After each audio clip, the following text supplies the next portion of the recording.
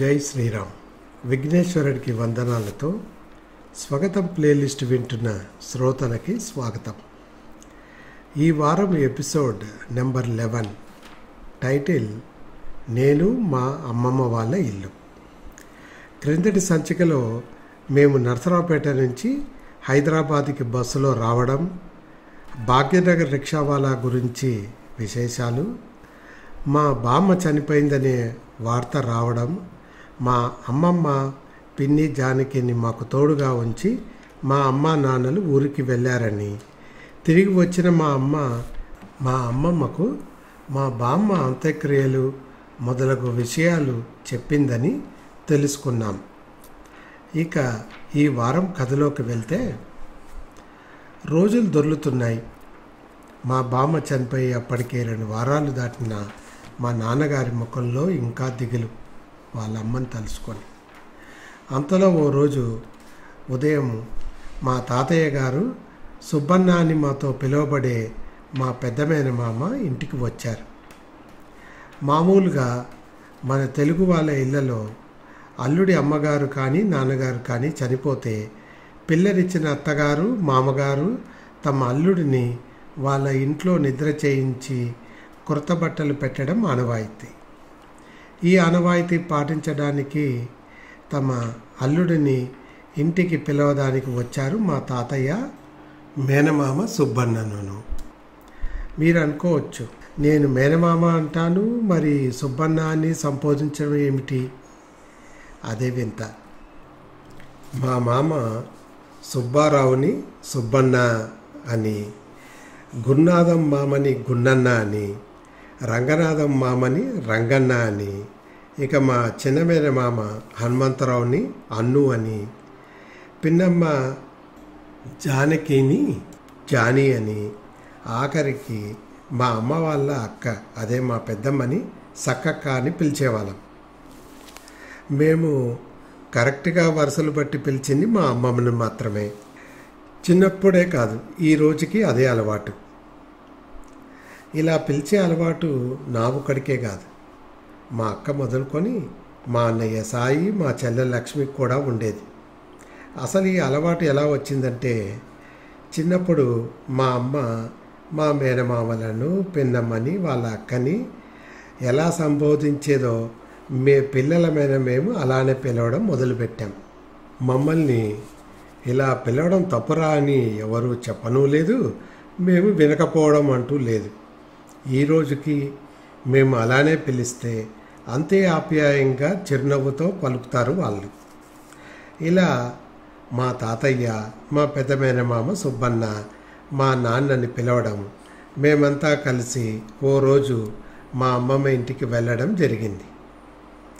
మా అమ్మమ్మ వాళ్ళ ఇల్లు హైదరాబాదులోనే కోటిలో ఉండేది. మా ఇల్లు ఉన్న జాంబాగు నుంచి ఓ 15 నిమిషాలు నడిస్తే వచ్చేది. మా ఇల్లు ఉన్న జాంబాగు సందుకి ఎడం వైపు తిరిగి కొన్ని గల్లీలు దాటాక రామభక్త సమాజం వీధి ఉండేది. అక్కడ రాత్రిపూట హరికథా కాలక్షేపం జరుగుతూ ఉండేది. మా అమ్మ పిల్లలమైన మమ్మల్ని ఒక్కోసారి ఈ హరికథా కాలక్షేపానికి తీసుకెళ్ళేది. హరికథ అయ్యేసరికి ఓసారి అర్ధరాత్రి కూడా దాటేది. మేమైతే మంచి నిద్రలో ఉండేవాళ్ళం. మా అమ్మ మమ్మల్ని ఎలా ఇంటికి తెచ్చేదో తెలిసేదే కాదు తెల్లారాక. ఇలా రామభక్త సమాజం వీధి దాటి కుడివైపు కాస్త నడుస్తే సన్నటి సందు. ఆ సందు ప్రత్యేకత ఏమిటంటే, ఆ సందులోని ఒక ఇంటికి విశాలమైన కిటికీ ఉండేది. కిటికీలోంచి తొంగి చూస్తే గోడకి ఓ పెద్ద ఫోటో వేలాడేసి ఉండేది. అది పాత సినిమాలు చూసే వాళ్ళకి పరిచయం ఉన్న ఆర్ నాగేశ్వరరావుది. బహుశా ఆయన బంధువులు ఎవరో ఆ ఇంట్లో ఉండొచ్చని అనుకునేవాళ్ళం. ఇంతకీ ఈ ఆర్ నాగేశ్వరరావు అంటే ఎవరు అని అనుకుంటున్నారా? అతను పాతకాలపు గొప్ప సినీ విలన్. అలా ఆ సందు దాటి రోడ్డు ఎక్కితే పుత్లిబోలి వచ్చేది. అక్కడ రోడ్డు దాటితే పక్కనే పోలీస్ స్టేషన్ ఉండేది. మా అక్కకు, పిన్నమ్మ జానకికి చిన్నప్పుడు పోలీసులంటే హడలు. ఆ పోలీస్ స్టేషన్ ముందు నుంచి పోవాలంటే భయపడి పోలీస్ స్టేషన్ ఉన్న రోడ్డు అవతలకి క్రాస్ చేసి వెళ్ళేవాళ్ళట ఇంటికి రావాలంటే. అలా పోలీస్ స్టేషన్ దాటుకొని 5 నిమిషాలు నడిస్తే రోడ్డుకి ఎడం వైపు చిన్న ఖాళీ స్థలము, విజయ వారి పాల సరఫరా డబ్బా కనిపించేది. అప్పుడప్పుడు మా పిన్నమ్మ జానకితో పాటు నేను, మా అన్నయ్య సాయి కలిసి పొద్దున్నే పాల కోసం వచ్చేవాళ్ళం. అక్కడే కాస్త లోపలికి వెళ్తే మా తాతయ్య వాళ్ళ కాఫీ పౌడర్ షాపు ఉండేదట. వీటిని దాటుకొని ఓ 10 అడుగులు వేయగానే కిషోర్ కేఫ్ వచ్చేది. దాని ప్రక్కన పొడవాటి సన్నటి సందు, చివర్లో ఓ తలుపు. అదే మా అమ్మమ్మ వాళ్ళు ఉండే కోటి పాఠక్. లోపలికి అడుగు పెట్టగానే బండలు పరిచిన విశాలమైన లోగిలి, మధ్యలో తులసి కోట, లోగిలి చుట్టూ ఒక అంతస్తు భవనం. తలుపు దాటుకొని ఎడం వైపు కాస్త దూరంలో ఒక పోర్షన్, అందులో మా అమ్మమ్మ వాళ్ళు ఉండేవాళ్ళు. ఎదురుగా క్రింద పోర్షన్లో పట్టాభి వాళ్ళు ఉండేవాళ్ళు. ఆ పట్టాభి మాకు తెలిసి ఆర్టీఓ ఆఫీసులో ఏజెంట్గా పనిచేసేవాడు.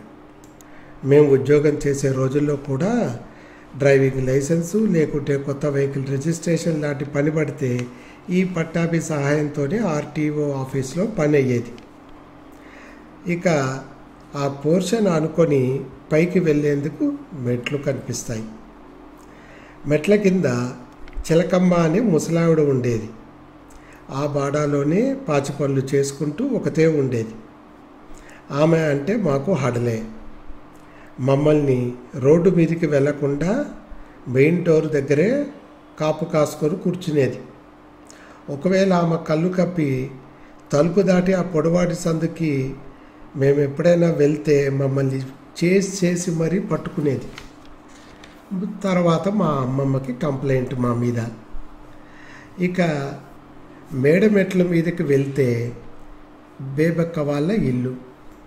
అందులో మా అమ్మ ఫ్రెండ్ అయిన ప్రేమ, మా మామ సుబ్బన్న వాళ్ళ ఫ్రెండ్స్ జయన్న, విజయన్న ఉండేవాళ్ళట.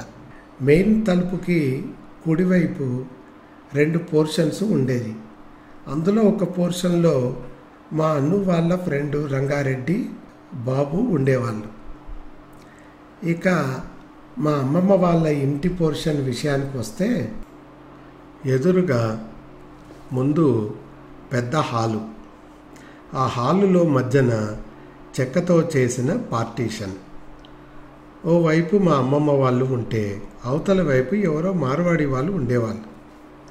మా అమ్మమ్మ వాళ్ళు ఉండే పోర్షన్లో అడుగు పెట్టగానే హాల్లో ఎదురుగా పార్టీషన్ అనుకొని మంచం, దాని మీద మా తాతయ్య పడుకొని ఉండేవారు. మా తాతయ్యకు ఎప్పుడో పక్షవాతం వచ్చి తగ్గిందట. దానితో వాకింగ్ స్టిక్తో నడిచేవారు. మా తాతయ్య నైజాం వారి రైల్వే, రోడ్ ట్రాన్స్పోర్ట్ బస్సులు కలిసి ఉన్న ట్రాన్స్పోర్ట్ డిపార్ట్మెంట్లో పనిచేసి రిటైర్ అయిన తర్వాత కాఫీ పౌడర్ బిజినెస్ చేసేవాళ్ళట. ఆరోగ్యం బాగా ఉన్న రోజుల్లో కాచిగూడలో షాపు ఉండేదట. తర్వాత కాలంలో ఆరోగ్యం బాగాలేకపోయేసరికి షాపు ఖాళీ చేసి ఇంట్లోంచే కాఫీ పొడి బిజినెస్ చేసేవాళ్ళు. అలా హాల్లో ఎడం వైపు తిరిగితే కాఫీ గింజలు ఫ్రై చేసే మెషీను, కాఫీ గింజలు పౌడర్ పట్టే మెషీను ఉండేది. ఇందాక చెప్పినట్లు కాఫీ పొడికి సంబంధించిన బిజినెస్ ఇంటి నుంచే చేస్తున్నారు కాబట్టి. దాని ప్రక్కన ఓ మూల స్నానాలు చేసే బాత్రూము. హాల్లో కాస్త ముందుకు వెళ్ళి కుడివైపు తిరిగితే తలుపు. ఆ తలుపు దాటగానే ఎదురుగా ఒక బెడ్రూము, దాని తర్వాత వంట ఇల్లు. ఆచారం పాటిస్తూ మా నాన్న మా అమ్మమ్మ ఇంట్లో రాత్రి నిద్ర చేసి మర్రోజు వెళ్ళిపోయారు మా అమ్మ చెల్లెలతో పాటు. నేను మా అన్నయ్య అక్కయ్య ఎండాకాలం ఏమో అక్కడే ఉండిపోయాం. మా అమ్మమ్మ ఇంట్లో సైకిల్ ఉండేది. దాని మీద మా చిన్న మేనమామ అన్ను కాఫీ పౌడర్ను హోటల్స్కి ఇళ్ళకి చేర్చేవాట. ఆ సైకిల్ మీదే మా సుబ్బన్న మామ కూడా ఆఫీసుకి వెళ్ళేవాడు అనుకుంటాను. ఇక్కడ మా మామ సుబ్బన్న గురించి చెప్పుకోవాలి. మా సుబ్బన్న చాలా ఇంటెలిజెంట్ అని అనుకునేవాళ్ళు ఆ రోజుల్లో. ఎల్ఐసి వారి ప్రవేశ పరీక్షలో సెలెక్ట్ అయ్యి ఉద్యోగం సంపాదించాట, ఏ రికమెండేషను లేకుండా. మా సుబ్బన్న హ్యాండ్ రైటింగ్ చాలా బ్యాడ్గా ఉండేదని అనుకునేవాళ్ళం. రాస్తే మాకైతే అసలు అర్థమయ్యేది కాదు. కాకపోతే మ్యాథమెటిక్స్లో జీనియస్ ఆయన. తర్వాత కాలంలో నేను ఇంటర్మీడియట్ చదువుకునే రోజుల్లో మ్యాథమెటిక్స్ కోసం మా సుబ్బన్న దగ్గరికే ట్యూషన్కి వెళ్ళేవాడిని. అలా సైకిల్ గురించి విషయాలు తెలుసుకున్నాం కదా. మా అన్నయ్య సాయి ఆ బాడాలోని లోబెల్లోనే సైకిల్ తొక్కడం నేర్చుకున్నాడు. మా అమ్మమ్మ వంట అంటే మాకు చాలా ఇష్టం. అందులో నాకు గుర్తుండేది మా అమ్మమ్మ చేసే రొట్టెలు. ఎలా చేసేదేమో తెలియదు కానీ రొట్టె తింటూ ఉంటే మధ్యలో 2 3 లేయర్స్ ఉండేది. తర్వాత గుర్తున్న వంటకము మా అమ్మమ్మ చేసేది మైసూర్ పప్పుచారు. తర్వాత రోజుల్లో మా అమ్మమ్మ చేతి రొట్టెలు ఎక్కడా తినలేదు, కానీ మైసూర్ పప్పుచారు మాత్రం మా చెల్లెలు లక్ష్మి అలానే పెడుతుంది. రాత్రి అయితే పిల్లలమందరం హాల్లో మా తాతయ్య మంచం పక్కన కింద పక్క వేసుకొని మా అమ్మమ్మ పక్కన పడుకునేవాళ్ళం. మా అమ్మమ్మ మా మధ్యలో పడుకొని విసనకర్రతో రాత్రంతా విసురుతుంటే మేము హాయిగా పడుకునేవాళ్ళం. పాపం మా అమ్మమ్మ ఎప్పుడు పడుకునేదో తెలియదు, కానీ రాత్రి మధ్యలో ఎప్పుడైనా మెలకువ వచ్చి చూస్తే అలుపెరుగని మా అమ్మమ్మ విసనకర్ర తిరుగుతూనే ఉండేది. ఆ రోజుల్లో టీవీలు అటువంటివి ఎరగవేమో. రాత్రి కాగానే భోజనం చేసి త్వరగా పక్కల మీద చేరేవాళ్ళం. నిద్ర వచ్చేదాకా మా అమ్మమ్మతో కబుర్లు. ఓ రోజు నిద్ర పట్టక అటు ఇటు దొర్లుతున్న మా అక్క మా అమ్మమ్మను, అమ్మమ్మ నువ్వు తాతయ్య ఎక్కడి నుంచి వచ్చారు? మీరు అప్పుడప్పుడు తెలుగు కాక తమిళ్ కూడా మాట్లాడుతూ ఉంటే విన్నాను. మీ కథ చెప్పు అమ్మమ్మ అని అడిగింది.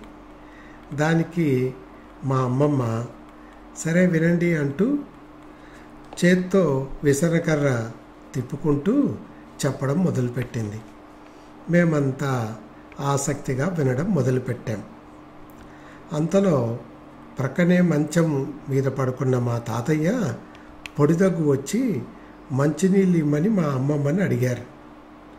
మా తాతయ్యకి మంచినీళ్ళు తేదానికి మా అమ్మమ్మ పక్క నుంచి లేచి వంటింటికి వెళ్ళింది. పిల్లలమంతా మా అమ్మమ్మ రాక కోసం ఆసక్తిగా ఎదురు చూస్తున్నాం. ఆసక్తిగా ఎదురు చూస్తున్న మాతో పాటు ఇక్కడ మీరు కూడా బ్రేక్ తీసుకోండి. మా అమ్మమ్మ తాతయ్య వాళ్ళ పూర్వీకులు ఎక్కడి వాళ్ళు? వాళ్ళ బంధువుల్లో మాజీ రాష్ట్రపతి కూడా ఉన్నారంటే ఆశ్చర్యపోయారు. అటువంటి వాళ్ళు హైదరాబాదుకు ఎందుకు వచ్చారు? ఇలా ఆసక్తికరమైన విషయాలు ఎన్నో ఉన్నాయి. తెలుసుకోవాలనుకుంటున్నారా? వచ్చే సంచిక దాకా ఆగాలి మరి. ఇట్లు భవదీయుడు బెహరా వెంకట రవికుమార్, కేర్ ఆఫ్ రవిగాడి అడ్డా. ఈ ఎపిసోడ్ని ఆసక్తిగా వింటున్న మీకు ధన్యవాదాలు. ఇటువంటి అందమైన ఎపిసోడ్స్ని మళ్ళీ మళ్ళీ వినాలనుకుంటున్నారా? అయితే లైక్, షేర్ ఇంకా సబ్స్క్రైబ్ చేయడం మర్చిపోకండి. అలాగే ఆ కిందొక బెల్ ఐకాన్ కనిపిస్తోందా? అది కొడితే మా డాడీ కొత్త ఎపిసోడ్ అప్లోడ్ చేయగానే మీకు నోటిఫికేషన్ వచ్చేస్తుంది. Thank you for listening.